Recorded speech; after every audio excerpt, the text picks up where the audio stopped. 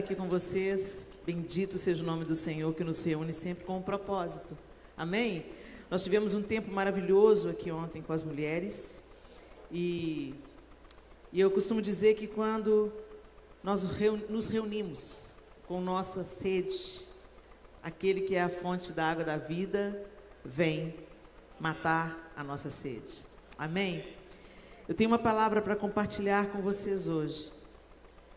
E ela é uma palavra densa, uma palavra difícil, uma palavra forte. Mas nós temos entendido que mais do que nunca, nós precisamos de abordar assuntos que muitas vezes as pessoas não estão dispostas a abordar, sob a ótica e a perspectiva bíblica.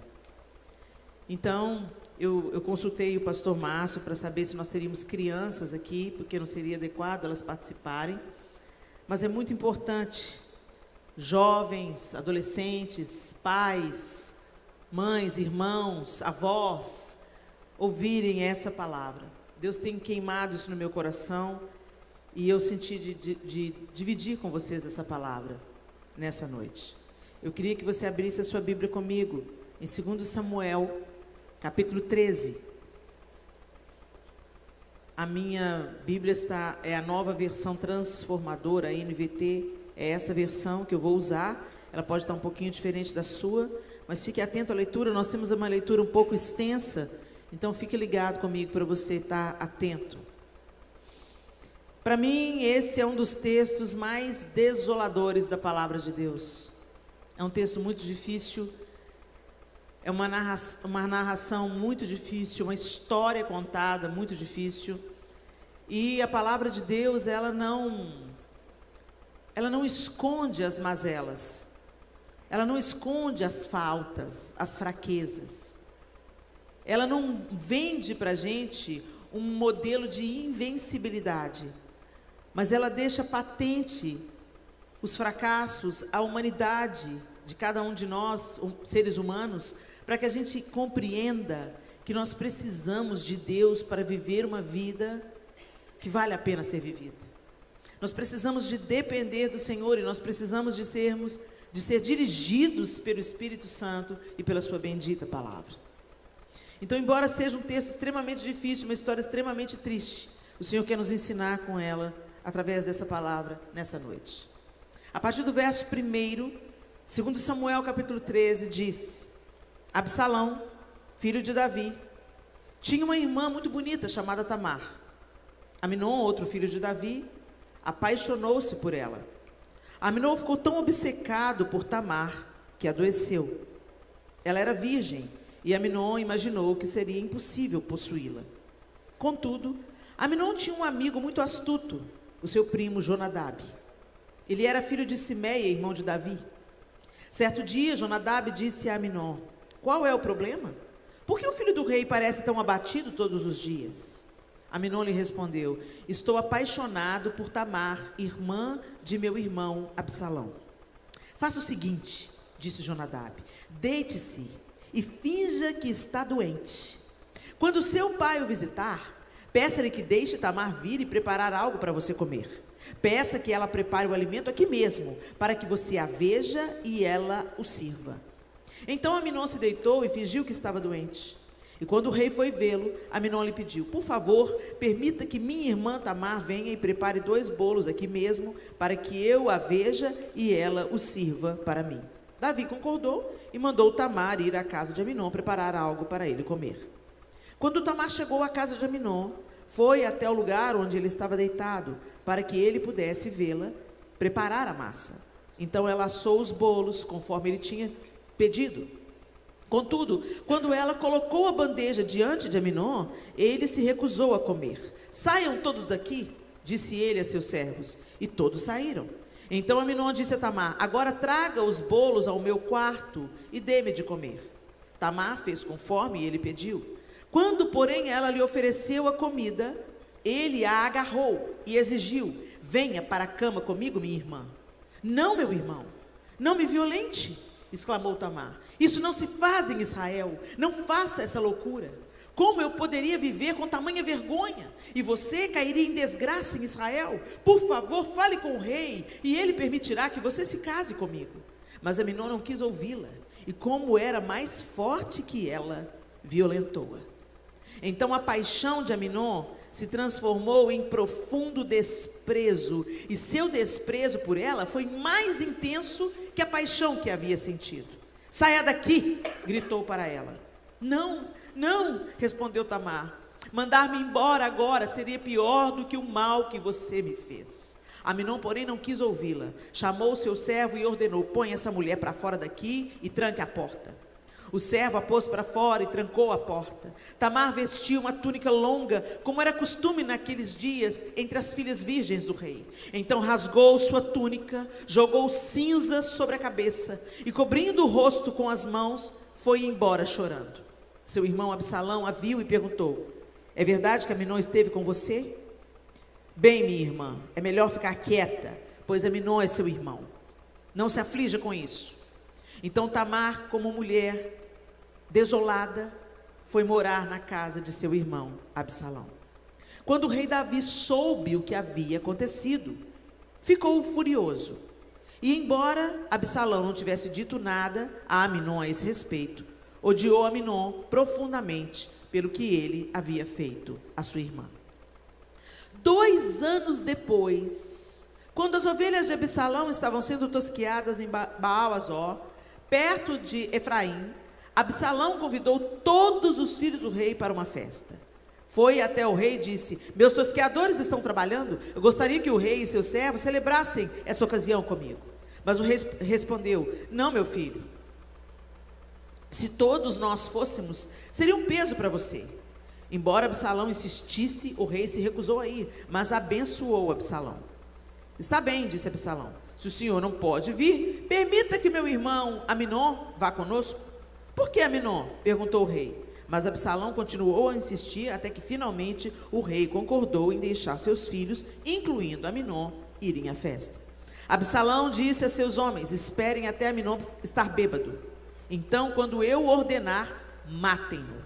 Não tenham medo, a responsabilidade é minha. Sejam corajosos e valentes. Assim, quando Absalão deu o sinal, eles mataram Aminon.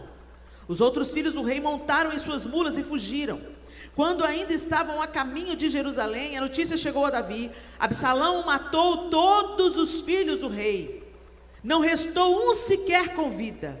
O rei se levantou, rasgou suas roupas e lançou-se no chão. Seus conselheiros também rasgaram suas roupas. Nesse momento, Jonadab, filho de Simeia, irmão de Davi, chegou e disse: não pense, meu senhor, que todos os filhos do rei foram mortos. Foi apenas Aminon. Absalão tramava isso desde que Aminon violentou sua irmã Tamar. O meu senhor, o rei, não deve acreditar que todos os seus filhos estão mortos. Apenas Aminon morreu. Enquanto isso, Absalão fugiu. Então a sentinela sobre o muro de Jerusalém viu muita gente descendo o monte pela estrada que vinha do oeste. E Jonadab disse ao rei: veja, lá estão eles. São os filhos do rei voltando, como eu tinha dito. Logo eles chegaram, chorando e soluçando, e o rei e todos os seus servos choraram amargamente com eles. Davi chorou muitos dias por seu filho Aminon. Absalão fugiu para a terra de Talmai, filho de Amiúde, rei de Gesur, onde permaneceu por 3 anos. E o rei Davi, conformado com a morte de Aminon, abandonou a ideia de perseguir Absalão. Senhor, essa é a tua palavra, e nós pedimos ao Senhor que pela tua graça e a tua misericórdia, o Senhor nos ensine através desse texto tão difícil, dessa história tão trágica, que o Senhor nos ensine, nos exorte, nos console, nos encoraje, para que nós aprendamos com a tua palavra e não sejamos apenas ouvintes, mas praticantes, em nome de Jesus. Amém. Esse texto tão terrível diz para a gente de desejos desgovernados dentro de um ambiente familiar. É tão dura essa história, tão absurda, a gente não imagina que a palavra de Deus, que contém tantos textos encorajadores, tantas promessas de Deus, contém um texto numa narrativa tão dura dentro da casa e da família de Davi. Quando a gente fica pensando na história de Tamar, uma moça virgem que foi ali atender o seu irmão, foi violentada pelo irmão. Um pai que, mesmo ouvindo o relato da tragédia que aconteceu, não tomou nenhuma atitude. O texto diz para a gente que Davi, quando ficou sabendo que Tamar, sua filha, havia sido violentada por seu outro filho Aminon, que ele ficou indignado. Mas não fala que ele tomou nenhuma outra providência. Absalão, outro irmão de Tamar, mandou que ela ficasse em silêncio e cultivou a vingança no seu coração. Tanta tragédia dentro de uma casa. E tudo começou por causa de um desejo desgovernado. Aminon cismou que estava apaixonado pela sua irmã, pela sua meia-irmã. Ela era irmã de Aminon por parte de pai, não era por parte de mãe. Absalão era irmão de Tamar por parte de pai e de mãe. Mas Aminon não, era meio-irmão. E segundo a fala da própria Tamar, ela fala: não faça isso. Se você gosta de mim, fale com o rei. Fale com o rei. Dentro daquela cultura, isso não era considerado uma relação incestuosa. Dentro daquela cultura, se o rei desse a permissão, ele poderia se casar, porque era meia-irmã. Absalão não poderia se casar com Tamar. Mas Aminon, se fosse diante do rei, talvez ele pudesse casar com ela. Mas ele não queria se casar com ela. Ele queria possuí-la. Ele estava sendo dirigido pelo seu desejo. E era um desejo tão maligno, tão pecaminoso, que imediatamente após ter satisfeito o seu desejo, aquele amor virou ódio. Ele a desprezou com ainda mais ódio do que a amou. E hoje, muitos desejos desgovernados estão acontecendo dentro do seio familiar. Hoje, histórias difíceis estão assolando as igrejas. Hoje, o adultério não é uma coisa de pessoas que estão fora da igreja. O abuso sexual não é uma coisa que está acontecendo fora da igreja. O sexo antes do casamento não é algo que está acontecendo fora da igreja. As coisas estão acontecendo dentro da igreja. E isso é extremamente preocupante. Porque isso não deveria estar acontecendo entre pessoas que nasceram de novo e foram redimidas pelo sangue do Cordeiro. E a gente começa a ver estampando os jornais, as manchetes de jornais, os escândalos envolvendo, inclusive lideranças, pastores, líderes. E nós precisamos de falar sobre isso. Nós não vamos cometer o mesmo erro que Davi cometeu. Porque Davi se omitiu, porque Davi não chamou e confrontou Aminon, porque Davi não chamou para ouvir Tamar, porque Davi não chamou Absalão, porque ele não teve a conversa difícil. Um assassinato aconteceu na casa de Davi, e daqui a pouco, quando você vai acompanhando a história, se você seguir o texto bíblico, você percebe que Absalão virou um inimigo mortal do seu próprio pai, e tentou usurpar dele o seu trono, e deitou com as concubinas de Davi diante de todo Israel. A vergonha não parou aqui. A vergonha, o escândalo não parou no estupro de Tamar, não parou no abuso de Tamar. Um abismo vai chamando o outro abismo. Por quê? Porque Davi não quis ter a conversa difícil na hora que ele tinha que ter a conversa difícil. E nós não vamos cometer esse mesmo erro, meus irmãos. Nós precisamos de falar de assuntos difíceis. E hoje os desejos desgovernados do nosso tempo, a gente pode listar algumas coisas do que eu já falei aqui. Abuso sexual. Eu fui molestada sexualmente na minha infância. Eu comecei a ser molestada sexualmente na minha infância, eu tinha entre 2 e 3 anos de idade, eu era praticamente um bebê. E eu fui molestada até os 10, 11 anos de idade. E quem me molestou? Um tio. 90% dos abusos sexuais acontecem no âmbito familiar ou entre amigos muito próximos da família. Pessoas com as quais você tem confiança. O irmão mais velho de uma coleguinha. O pai, o tio. E pasmem, pais e avós estão abusando de seus filhos e de seus netos.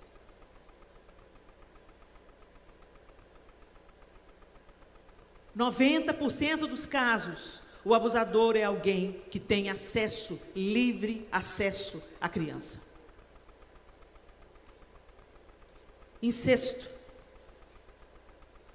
No Brasil já está tramitando leis que permitem o casamento entre irmãos. Relacionamentos incestuosos. Sobrinho com tia. Gente, pai com filha. Uma coisa que está acontecendo reincidentemente. A gente que lida com intercessão, a gente que lida com aconselhamento. A filha foi separada do pai, o pai não criou a filha, cresceu longe do pai e tudo. Aí busca pelo pai já adulta, procura pelo pai, procura pela figura paterna. Quando se encontra com esse pai é um abusador, esse pai seduz essa filha e ela entra num relacionamento amoroso com o pai, biológico.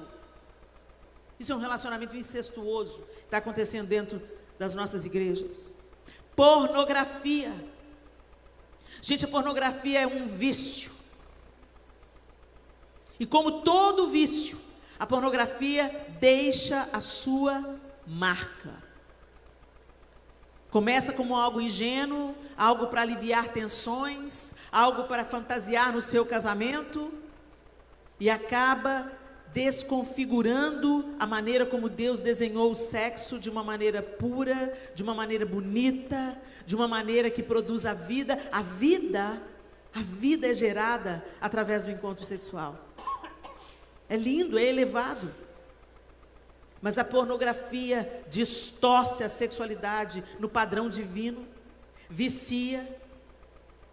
A pessoa que consome a pornografia, ela começa a objetificar o seu parceiro, e daqui a pouco ela não se satisfaz mais com a sexualidade saudável, e ela busca outras maneiras de se satisfazer, e mais uma vez um abismo vai chamando outro abismo, ela vai precisando de drogas mais pesadas, se é que vocês me entendem, até o ponto de levar, por exemplo, o homem ao absoluto desinteresse sexual, a disfunção erétil, a impotência. Mas ninguém chega lá de uma vez só, é uma jornada que se vai trilhando. E enquanto isso, várias portas vão sendo abertas para destruir casamentos. Eu aconselho mulheres, quantas mulheres chegam para mim e falam assim: Helena, meu marido não me procura. Eu olho para aquela mulher bonita, bem vestida, cheirosa, e penso, o que está acontecendo? Quando a gente vai investigar o caso, talvez seja uma coisa hormonal, talvez ele esteja debaixo de grande pressão, talvez ele esteja num momento difícil no trabalho, nas finanças, tensão, essas tensões dissipam o desejo do homem. Tenha paciência, minha irmã, vamos orar, vamos buscar as causas, e quando começa a se investigar as causas, consumo de pornografia. A esposa é comum demais. Adultério. Começa com uma conversinha fiada, começa com uma conversa no WhatsApp. O adultério não começa na cama não, gente. O adultério começa quando um cara vira para uma mulher e fala assim: nossa, cortou o cabelo, ficou bonita. A mulher: ele notou. O que o meu marido não notou, ele notou. Se fala muito para as mulheres, para a gente tomar conta da nossa vestimenta, para não provocarmos o que não podemos satisfazer em outros homens, para a gente manter a pureza e a modéstia na maneira de vestir. Mas não se fala com os homens que a mulher é atraída por aquilo que ela escuta, então guarde os seus elogios para a sua mulher. Porque você pode estar despertando Aí começa com uma lenga-lenga, ela começa a se aprontar para ele, para ficar interessante, não para o seu marido, mas para aquele irmão da igreja que notou que ela cortou o cabelo. E aí ela vai começar a cavar mais elogios e mais elogios e mais elogios. Quando pensa que não, cria uma conexão emocional. Começam a compartilhar a vida, sonhos, segredos. O que tinha que estar compartilhando com o cônjuge, está compartilhando com a irmã da igreja, com a pessoa com quem divide o ministério. Aí a cama é só questão de dias. O diabo faz essa história e essa lenga-lenga desde que o mundo é mundo, e tem um tanto de filhos de Deus caindo na mesma conversa. Por quê? Porque os desejos estão desgovernados. Mas tem um elemento nesse texto, além do desejo desgovernado: um conselheiro destruidor.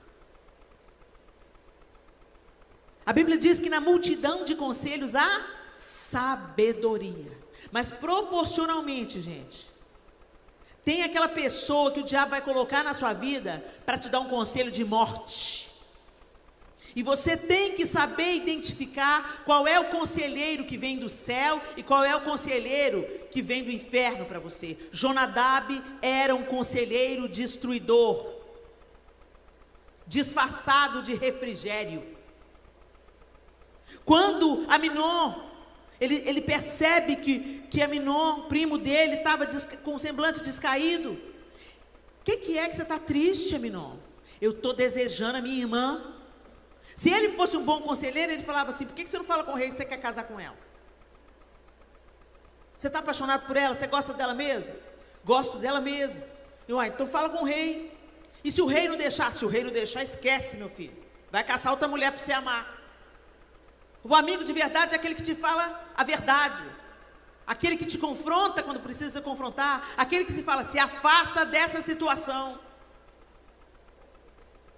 Jonadab, um traidor, ele não apenas foi lá perguntar, futucar o que é que o semblante de Aminon estava descaído, mas não parou por aí. Ele foi lá e falou assim: aqui, faz o seguinte, vamos fazer um plano.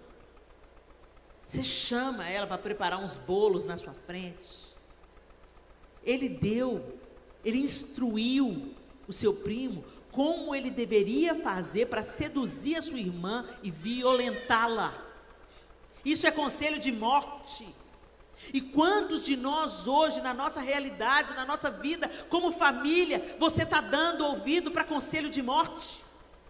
Você, mulher, vai conversar com a sua amiga que trabalha junto com você e falar: eu estou atravessando isso com meu marido. Meu marido está tão ausente, meu marido está tão isso, meu marido está tão aquilo. Minha filha, a fila anda. Deixa esse homem para lá. Já deu o que tinha que dar.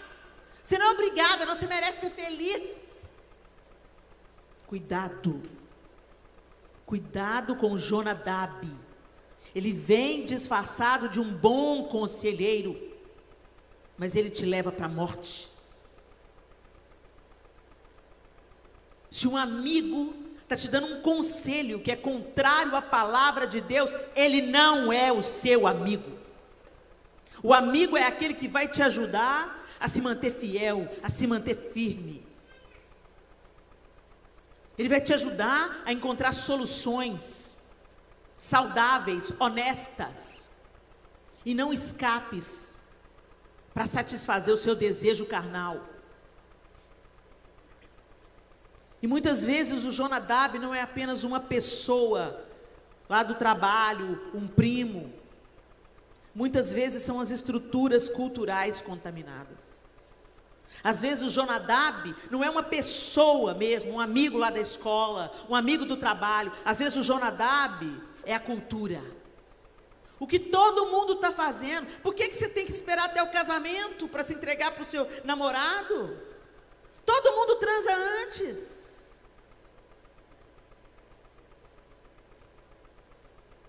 Eu lembro que na época que eu era adolescente, eu fico imaginando como é para os jovens hoje. Porque eu era adolescente outro dia, né, gente? Abafa o caso. E eu já sofri essa pressão. Por que você vai esperar casar com o João? Vou esperar casar com o João. Mas por quê? E se não for bom? Sexo não é test drive. Não é um carro que você entra para ver se dá certo, não. Quando há amor, há intencionalidade. E tudo vai se encaixar. Tudo vai ser construído.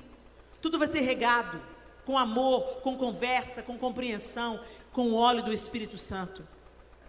A gente não precisa ficar testando 1, 2, 10, para saber com quem que a gente tem química. Saber que tem química já dá para ver no namoro. No namoro, às vezes precisa de um extintor para apartar os dois. Já dá para ver se tem química no namoro. Mas não, você tem que experimentar, você tem que ver se isso mesmo é mentira. E eu lembro que eu sofri essa pressão. E nesse aspecto, ter sido molestada sexualmente foi muito bom. Como é que Deus transforma as coisas, né? Eu tinha medo. Eu tinha medo do sexo. De uma certa forma, isso me protegeu. E eu falei, não, vou esperar. Eu quero dizer para vocês, jovens, não tem nada melhor do que você andar na rua e poder encontrar com qualquer outro homem, olhar na cara de qualquer outro homem e não dever nada para ninguém. Não tem nada melhor do que você ser casado com o mesmo homem e só ele te conhecer há 33 anos. Então vale a pena esperar. Vocês, meninas, não são carne de segunda, não. O cara que amar você vai saber te respeitar e vai saber te esperar. Mas quantas vezes a gente começa a consentir com isso? E muitos de nós aqui, mas eu não esperei, Helena, não esperei o casamento e tá tudo bem. Aí a gente resolveu, pedimos perdão para Jesus, casamos e tá tudo bem. Será que tá tudo bem mesmo? Porque casamento não purifica pecado, não, gente. Não é porque você ajustou uma situação que você não está colhendo os frutos das escolhas que você fez. Tem muita gente que casa, mas não pede perdão diante de Deus por ter pecado contra Ele. A ordem que Deus colocou é clara: deixe o homem pai e mãe, una-se a sua mulher e sejam os dois uma só carne. Deixar homem, pai e mãe significa de uma autossuficiência financeira, emocional. Eu estou saindo da minha casa, eu estou tendo a minha independência, eu estou pagando meu próprio salário, eu estou me sustentando. Deixa o homem pai e mãe, una-se a sua mulher, é uma só, una-se a ela, assume essa mulher, põe um anel no dedo dela, trata ela como uma princesa, e aí então sejam os dois uma só carne. É nessa ordem. E quando a gente inverte a ordem, a gente vai pagar por isso. As estruturas culturais contaminadas podem nos tirar radicalmente do plano de Deus para nós e dar vazão a todos os nossos desejos desenfreados. A falta de percepção dos pais também pode ser um Jonadab. Às vezes nós, como pais, estamos tão ocupados vivendo a nossa vida, ganhando o nosso dinheiro, trabalhando, sustentando a nossa casa, que os problemas estão acontecendo debaixo do nosso nariz, dentro da nossa casa, e a gente não percebe. Isso também é um mau conselheiro. Isso também é um Jonadab. Será que o Jonadab está influenciando a sua casa, meu irmão, minha irmã?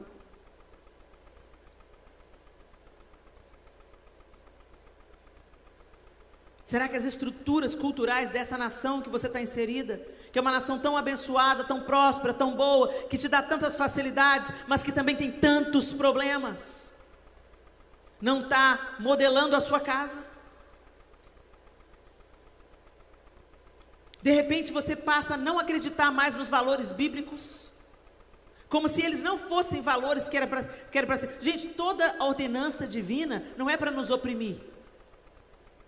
Toda a ordenança divina é para nos proteger. Quando nós obedecemos, nós vivemos. Nós desfrutamos de uma vida feliz.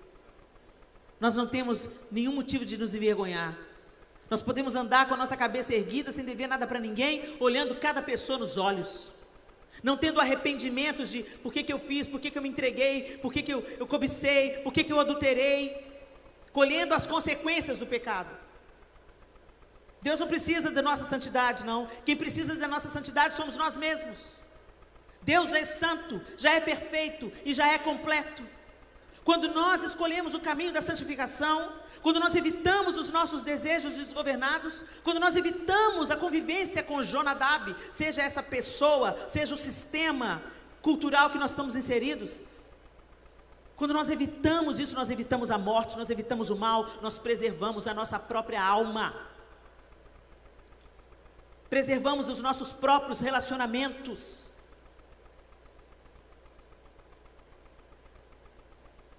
Outro elemento que está aqui nesse texto é a omissão de Davi. E quantos de nós somos omissos? E agora eu me dirijo especialmente para você que é pai, é mãe, é tio, é tia, é avô, é avó. Como nós somos omissos, educadores, pastores, líderes. Como nós podemos pecar pela omissão? Davi sabia que estava acontecendo um problema.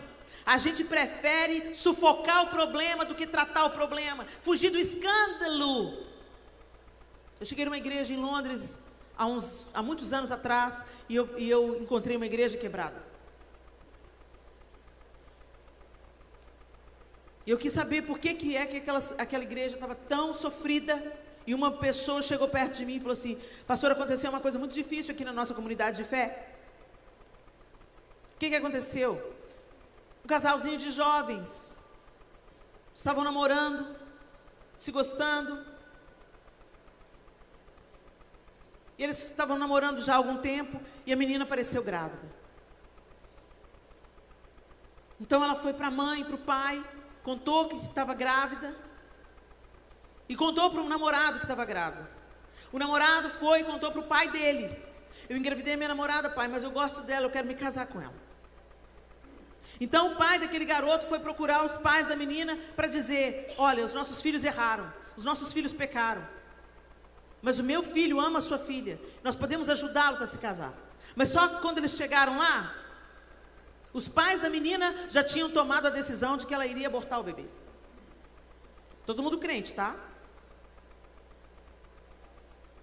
E o filho e o pai da criancinha e o avô da criancinha, implorando para que aqueles pais não façam isso. A menina chorando desesperadamente: eu não quero abortar esse bebê. E ela foi obrigada, levada para a clínica de aborto e fez o aborto. Por quê? Por quê? Porque os pais queriam evitar o escândalo. À custa de quê que nós estamos não querendo sacrificar a nossa reputação? Que a nossa reputação se lasque, mas que os nossos filhos se salvem. Um erro não significa uma sentença de morte. Pode ter arrependimento, pode ter reconstrução, mas um erro não precisa de puxar outro erro. E nós estamos nos omitindo, tentando manter as aparências. Aparência de quê? Santidade é algo que se vê no secreto. Se não existe no secreto, não vale para Deus em lugar nenhum. Se eu não sou santa, quando ninguém está me vendo, eu não sou santa mais para nada. Não interessa ser igual um sepulcro caiado, tudo certinho por fora e podre por dentro.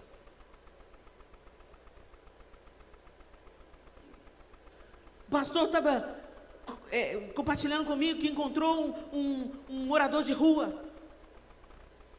E quando começou a conversar com aquele moço em situação de rua, descobriu que ele era filho de um pastor. Quantos filhos de pastores e líderes estão morando na rua? E aí foi descobrir o que aconteceu com aquele rapaz. Como que um filho de pastor, conhecedor da palavra, que foi envolvido na igreja, foi morar na rua? Cometeu um erro. Um dia, uma festa que ele foi, cometeu um erro, gerou uma doença, e os pais quiseram camuflar essa doença, quiseram camuflar esse erro, rejeitaram aquele menino, no ímpeto de manter a fachada.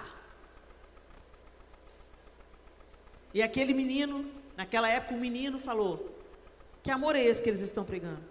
Eles não estão preocupados comigo, eles não estão preocupados com a minha doença, eles não estão preocupados com a minha dor, eles estão preocupados com as aparências. E muitos de nós estamos vivendo em fachada dentro da igreja. Você vem com a família toda linda. No Instagram só foto bonita. Eu e minha casa serviremos a Deus. Mas dentro de casa o pau está quebrando, o adultério está comendo, a pornografia está acontecendo, o filho está prostituindo, a filha está usando droga. Todo mundo sabe de tudo, mas todo mundo finge que não está vendo. Isso é omissão. E uma hora ou outra isso vem à tona. E o dano aí não vai ser só da sua família. O dano reflete como escândalo para o mundo.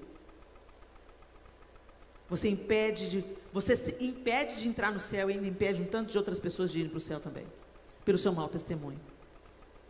O Senhor não exigiu de nós que nós fôssemos perfeitos. Ele não exigiu de nós que nós nunca falhássemos, que nós nunca fracassássemos. Mas Ele exigiu de nós que nós nos arrependêssemos e andássemos em um novo e vivo caminho. Davi mesmo caiu miseravelmente. Um capítulo antes desse capítulo que nós acabamos de ler, o profeta Natan confronta Davi. Você é esse homem. Quando ele entende o nível de pecado que ele tinha cometido contra Deus, contra Urias, contra Betseba, ele rasga as vestes e ele se arrepende. Colheu o fruto do seu erro até o último dia da sua vida, mas foi perdoado. O Senhor não exige da gente que a gente viva uma vida de plástico. Se tem uma coisa, gente, que o Senhor repugna, é hipocrisia. Para adúltera, que veio para ser apedrejada, pega em flagrante adultério, Jesus olhou para ela e falou assim: onde estão os seus acusadores? Ela falou: ninguém, Senhor. Ele fala: tampouco eu te condeno. Ele era o único daqueles homens que podia apedrejar a adúltera, porque ele não tinha pecado. Ele podia jogar a primeira pedra. Mas ele falou assim: tampouco eu te condeno. Vai e não peques mais.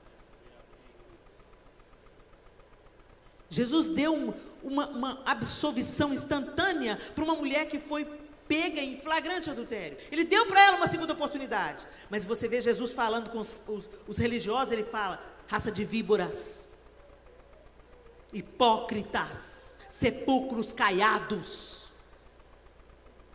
O Senhor repugna quem parece, mas não é. Esse é o caráter de Deus. Ele perdoa o pecador, mas Ele não tolera quem está se fingindo de santinho, enquanto tem o coração apodrecido.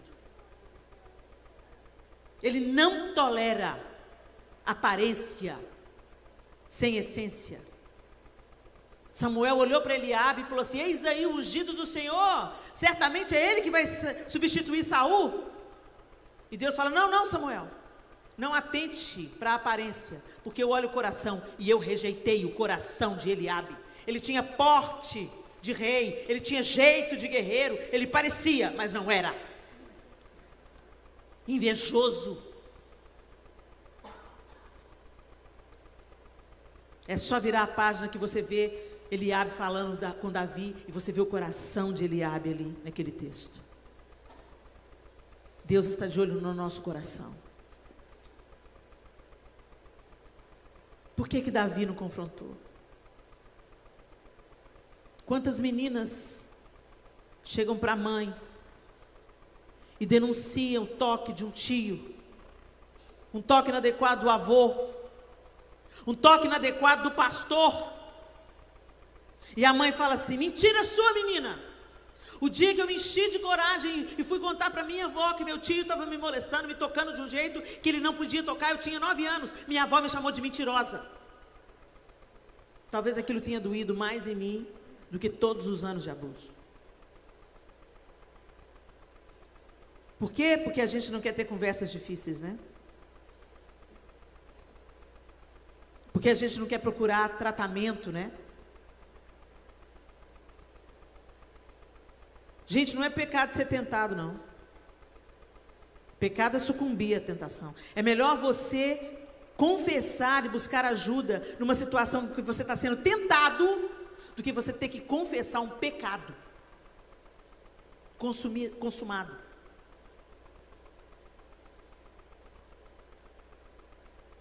Se um avô olha para uma netinha e sente uma atração sexual, tem alguma coisa errada aí. Busca ajuda pelo amor de Deus. Busca uma terapia pelo amor de Deus. Busca um pastor pelo amor de Deus. Busca ajuda pelo amor de Deus. É melhor você chamar alguém e falar: pelo amor de Deus, meu irmão, eu acho que eu estou doente, porque eu estou olhando para minha neta e eu estou sentindo uma atração sexual por ela. Me ajuda. É melhor fazer isso, meus irmãos, do que tornar um escândalo. Tem assassinatos que acontecem para encobrir pecados sexuais. Um pecado chamando o outro, um abismo chamando o outro. Nós precisamos de, como igreja, ter as conversas difíceis. Buscar ajuda. E agora eu quero me dirigir especificamente a vocês, homens, com todo o meu respeito. Nós, mulheres, a gente tem uma clareza mais rápida de ver como a gente precisa de ajuda. Vocês, homens, eu não sei se é por causa da constituição de forte de que vocês têm, ou por causa das características masculinas que vocês têm. Eu não posso dizer, eu não sou homem. Mas vocês, homens, vocês têm mais dificuldade de pedir ajuda. Mas em nome de Jesus, meus irmãos, peçam. Peçam para não destruir uma vida. Peçam para não destruir um casamento. Peçam para não destruir uma família. Peçam ajuda. Os psicólogos não são monstros. Os psiquiatras não são monstros. Deus colocou ferramentas porque sabia o que a queda ia gerar em nós. Na sua onisciência, Ele já sabia onde nós chegaríamos como raça humana.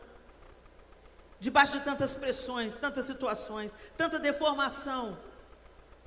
E bendito seja Deus, hoje tem profissionais da área que ajudam a te identificar. Por que você tem esse tipo de sentimento? Por que você tem esse tipo de atração? E eles podem ser ferramentas de Deus para te ajudar a vencer uma debilidade, uma dificuldade. Uma pessoa dessas que buscou ajuda, o homem começou a ter uma atração sexual pela filha. E ele buscou ajuda. Foram fazer um exame de imagem no cérebro. Um tumor no cérebro dele. Um tumor no cérebro. Estava comprimindo uma área, estava afetando o comportamento sexual dele. Tirou o tumor, acabou o desejo. Era uma doença. Se a gente tem um problema, quebra o pé, vai procurar o ortopedista. Está com um problema no coração, vai procurar um cardiologista. Por que a gente tem um problema emocional? A gente identifica um padrão de pensamento anormal e a gente não busca ajuda psicológica. Por quê? Isso é orgulho, isso é arrogância. E a arrogância precede a ruína. A ruína. Davi foi omisso. Davi ficou irado, indignado, mas não tomou nenhuma atitude. Talvez ele tenha tido preguiça de confrontar, não sei. O texto não é claro. Mas o texto só diz isso: Davi ficou indignado. Mas não fala em confronto, não fala em consolo, não fala em tentativa de reparação. 2 anos Absalão ficou, remoendo ódio contra Amnón. Porque Davi não fez nada. Fingir que não está acontecendo não cura. Julgar o problema para debaixo do tapete não limpa. Não encarar os fantasmas de frente não liberta. Nós precisamos de nos posicionar contra o pecado, contra as investidas do inferno, e precisamos de ter coragem para enfrentar os problemas de frente e não varrer por debaixo do tapete, fazendo de conta que eles não vão estar lá quando você acordar. Porque eles vão estar. E vão estar maiores. E finalmente a gente vê a consequência dessa história tão bizarra. A desonra e a dor de Tamar. Nunca mais se falou de Tamar. Tamar se casou? Não sei. Teve filhos? Não sei. Venceu esse trauma? Não sei. Eu tenho uma expectativa no meu coração, sabe, gente, que de alguma forma Deus cuidou de Tamar. Como Ele cuidou de Betseba. Porque Betseba também foi vítima de Davi. Eu já vi algumas pregações de mulheres acusando Betseba. Gente, Betseba estava na casa dela, tomando banho na casa dela. Quem estava no terraço era Davi. Quem estava no lugar alto do palácio, que dava para ver dentro da casa de Betseba, era Davi. E quando ele viu Betseba, ele podia ter desviado o olho, mas ele não desviou o olho. Ele pôs os olhos em cima e continuou cobiçando. E quando ele procurou saber de quem era Betseba, e alguém disse, é de Urias, é mulher do seu soldado mais fiel. Isso era o suficiente para Davi ter esquecido Betseba. Mas não, ele foi atrás. A mesma obstinação que Davi teve para vencer Golias, ele teve para possuir Betseba. E se Betseba fosse a culpada, porque mulher naquela cultura não tinha voz, não tinha vez. Se Betseba fosse a culpada, o profeta Natan não tinha comparado ela a uma cordeirinha. E Deus não tinha tornado justamente Betseba a mãe do sucessor de Davi. Porque ela foi mãe de Salomão.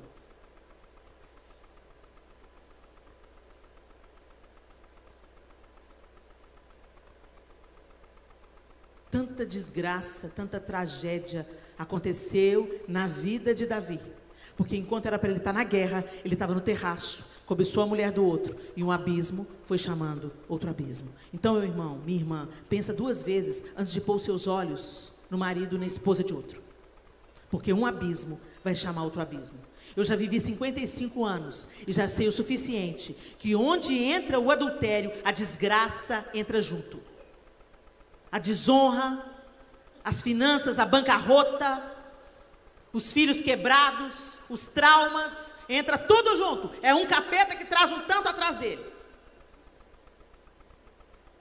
É melhor você confessar, eu estou sendo tentado, do que ter que confessar, eu adulterei.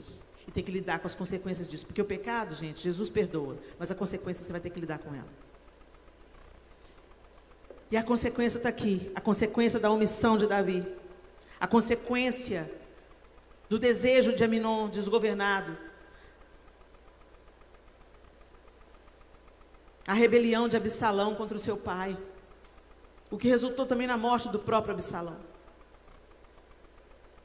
Fim da história. 2 filhos mortos, uma filha desonrada.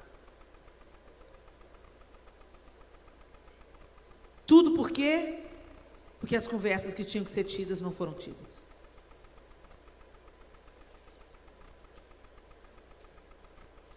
Como é que nós estamos vivendo a nossa vida? Quem são os Jonadabes da nossa casa? É tão interessante que o mesmo Jonadab, que foi lá e falou para Aminon, faz isso, faz aquilo outro, possua a sua irmã, foi o mesmo Jonadab que falou para o Davi, não rei, não se preocupe não, ele não matou todo mundo não, Absalão já está tentando matar, Aminon tem tempo. Se ele já tinha percebido isso, por que ele não procurou Davi antes? Por que ele não chegou para o rei Davi e falou assim, rei, aqui ó, Absalão está meio rancoroso, eu tenho percebido Absalão, desde que Aminon possuiu Tamar, Absalão está tentando, não, ele ficou vendo o circo pegando fogo e não fez nada. É isso que os Jonadabes fazem. Não dá nenhum conselho para a vida, não tenta solução, só põe lenha para a fogueira ficar maior. E está lá com cara de refrigério. Calma, rei. É claro que não matou todos os seus filhos, rei. Fica tranquilo, foi só Aminon. Bajulador. Parecia que era consolo. Maldito, se ele sabia que Absalão estava tramando a morte de Aminon, por que ele não fez nada para evitar?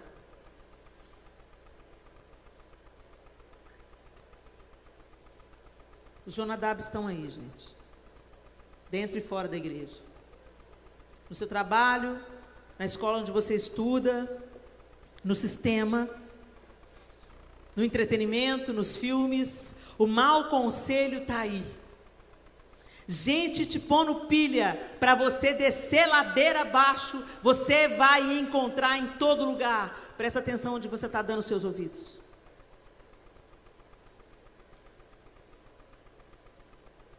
Há caminhos que ao homem parecem ser bons, mas no final são caminhos de morte.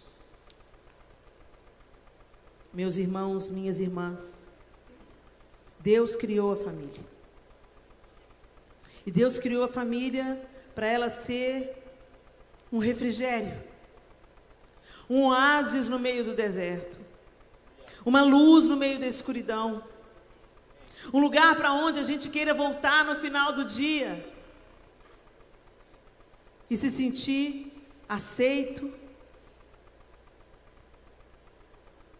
celebrado, acolhido, cuidado. Esse é o plano de Deus para a família. Mas quando você vai lendo as Escrituras, você vê que desde o primeiro momento, Deus cria a família para ser solução, para ser bênção, para ser refrigério. Mas é justamente na família que acontece o primeiro assassinato. Vocês estão entendendo por que a família é um alvo do inferno? É a sua família que o diabo quer destruir? E nem sempre ele é óbvio. Ele sabe como prepara a mesa. Às vezes a nossa omissão não é porque a gente não quer ter conversas difíceis, não. Às vezes a nossa omissão é porque a gente trabalha tanto, que a gente não tem tempo para a família. Que a gente não tem tempo para olhar nos olhos de um filho. Quantas mulheres eu escuto falando assim, meu marido, Helena, trabalha a semana toda, de segunda a sexta, de 7 da manhã às 8 da noite. Quando ele chega em casa, ele está exausto. Aí a minha expectativa é, no final de semana nós vamos estar em família. E sabe o que ele faz? Acorda no sábado de manhã e vai jogar bola, e só volta no final da tarde. E no domingo, ele não quer ir na igreja comigo com as crianças, fica assistindo a televisão e quer ir dormir cedo, logo depois do Fantástico, porque tem que começar na segunda-feira de novo. Isso não é vida.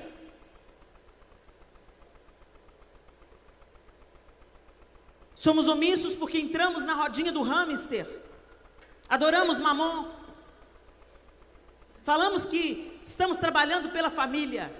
Mentira. Porque o que é prioridade na nossa vida, de fato, a gente arruma tempo. A gente não tem tempo para aquilo que não é prioridade.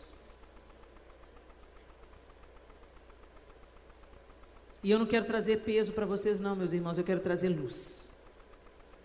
Luz para entrar bem no fundo do seu coração e iluminar aquele quartinho bagunçado. Sabe, às vezes a gente tem o quarto da bagunça na nossa casa.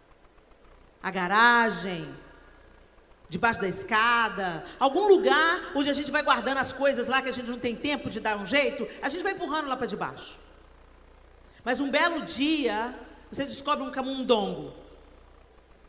Aí tem que ir lá resolver a bagunça. Não espera dar o camundongo. Deixa a luz entrar e Deus colocar ordem na sua casa, meu irmão, minha irmã. Deixa a luz entrar para vocês terem pelo menos uma refeição durante o dia, assentados à mesa. Deixa a luz entrar para abrir mão de algumas coisas que você pode abrir mão. Às vezes é melhor viver com menos, mas viver com saúde emocional, viver com saúde espiritual. Põe as coisas em ordem na sua casa.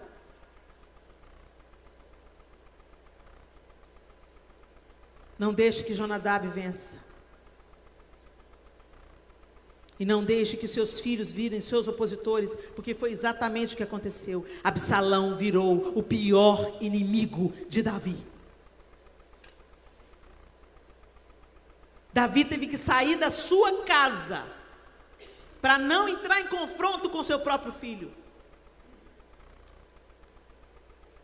Saiu da sua própria casa. E quando ele saiu, Absalão dormiu com as mulheres, as concubinas dele, na frente de todo Israel. Vergonha, desonra. Davi era inocente? Não. A omissão de Davi, o pecado de Davi desde Betseba, gerou tudo isso. Graças a Deus que hoje nós temos o sangue de Jesus.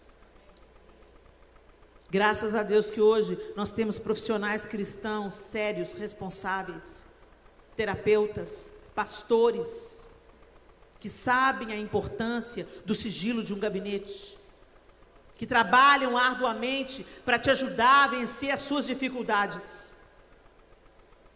Que em nome de Jesus nós nos posicionemos e que a gente não consinta mais no trabalho de Jonadab dentro da nossa casa, debaixo do nosso nariz, através da internet, através da televisão, através da cultura, através dos maus conselheiros. Que a gente silencie Jonadab e que nós não sejamos mais omissos, meus irmãos, para que a nossa vida seja luz, para que a nossa casa desfrute paz, para que haja reconciliação e cura no nosso lar,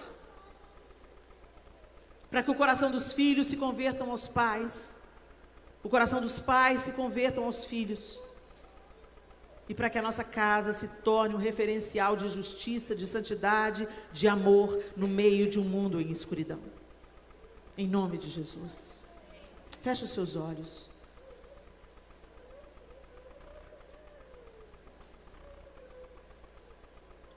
E sobre essa palavra tão dura, tão densa, tão difícil, tão desafiadora, que também me confronta,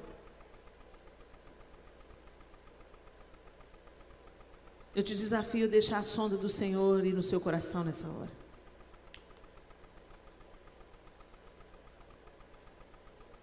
O que você tem consentido na sua casa, meu irmão? Que hoje parece uma coisa pequena, mas que amanhã pode se tornar grande destruição. Toda essa tragédia começou no dia em que Davi era para estar na guerra e veio para o terraço do seu palácio.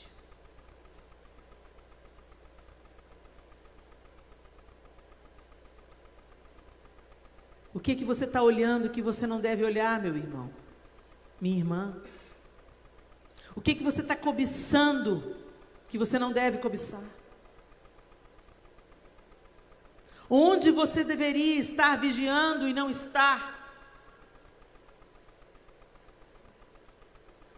Que conselhos você tem acatado?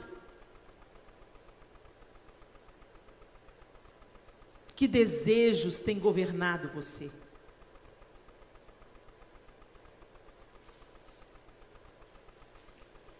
Os pecados não se dão apenas no âmbito sexual.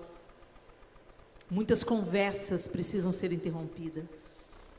Muitas mentiras precisam ser transformadas em verdade.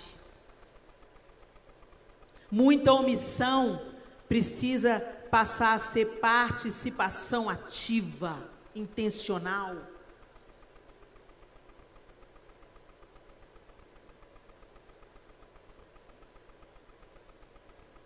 Deixa a sonda entrar no seu coração.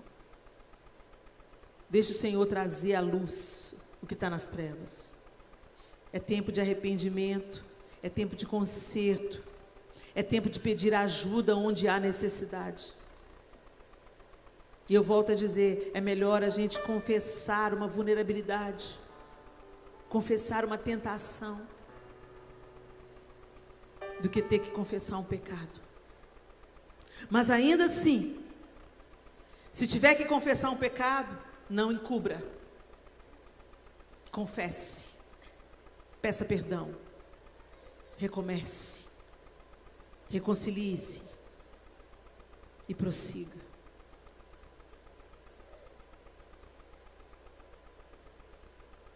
Eu vou dar a vocês um tempo de silêncio e de oração silenciosa.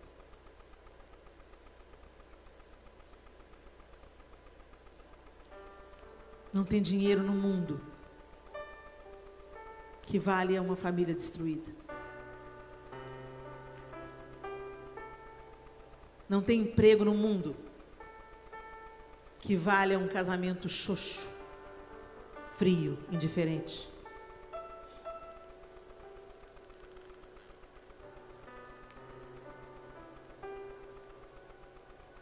Não tem nada melhor na vida do que a gente viver o plano de Deus para a nossa casa, para a nossa família. Imperfeitas, limitadas, comuns, mas saudáveis, buscando ajuste, buscando cura, buscando permanecer.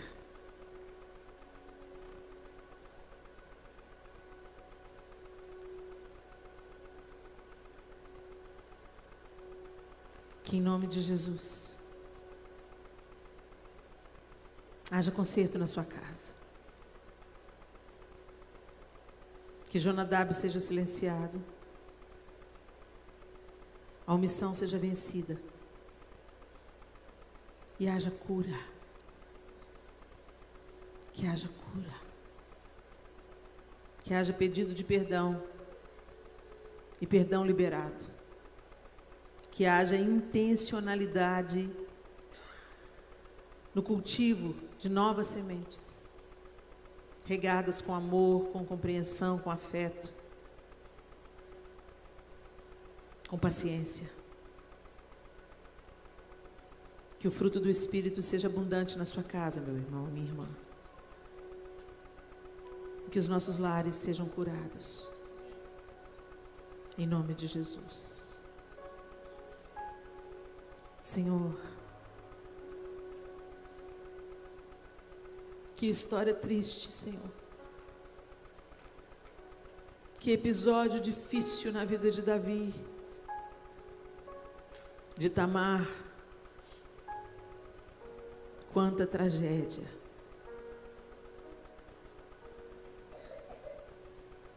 Nós queremos apresentar diante do Senhor nossas vidas nessa noite. E te pedir, Espírito de Deus, que o Senhor tire as escamas dos nossos olhos, o entorpecimento da nossa mente, que os sofismas sejam quebrados, para que a gente identifique e silencie Jonadab. Os maus conselhos que vêm por pessoas, por sistemas, pela cultura, pela internet, pela mídia, pelo entretenimento, nos dê discernimento. Nos mostre os Jonadabes do nosso tempo. E nos dê a coragem de dizer não a eles. De escolher o caminho da vida e não o caminho da morte. De buscar o bom conselho e a cura. De defendermos o nosso lar. De cuidarmos daqueles que o Senhor nos confiou. Converte o coração dos pais aos filhos, Senhor, neste lugar. Dos filhos aos pais. Que haja reconciliação. Que os casamentos, Senhor, recebam vinho novo. Que haja intencionalidade e disposição para reconstruir. E que o Teu Espírito Santo forneça todo o material para essa reconstrução. Eu oro por cada família representada aqui, Senhor. Eu não os conheço, mas o Senhor conhece cada um. E eu te peço, Espírito Santo de Deus, joga a luz nas trevas, para que haja limpeza, para que haja conserto, para que haja arrependimento, para que haja recomeço, Senhor. Que nós voltemos ao Senhor, para que sejamos curados. Quanto aos jovens, Senhor, os adolescentes, fortalece essa geração, Deus. Fortalece essa geração. Que eles não sejam mais uma Maria vai com as outras sem personalidade. Mas que esses rapazes e moças sejam cheios do Teu Espírito Santo. Sejam sal, sejam luz. E tenham a coragem também de dizer não para Jonadab. Vem com a Tua cura, Senhor, sobre nós. Nós oramos, agradecidos porque a Tua palavra não volta vazia. E te agradecemos porque o Senhor corrige o filho a quem o Senhor ama e açoita a todo aquele que o Senhor quer bem. O Senhor ainda está nos chamando para o recomeço, para o arrependimento. Obrigada por não desistir de nós, Senhor. Trabalha em nós. Glorifica o Teu nome em nós. E através de nós. Que os lares dessa casa sejam como uma tocha acesa no meio da escuridão. Em nome de Jesus. Amém. E amém. Deus abençoe vocês.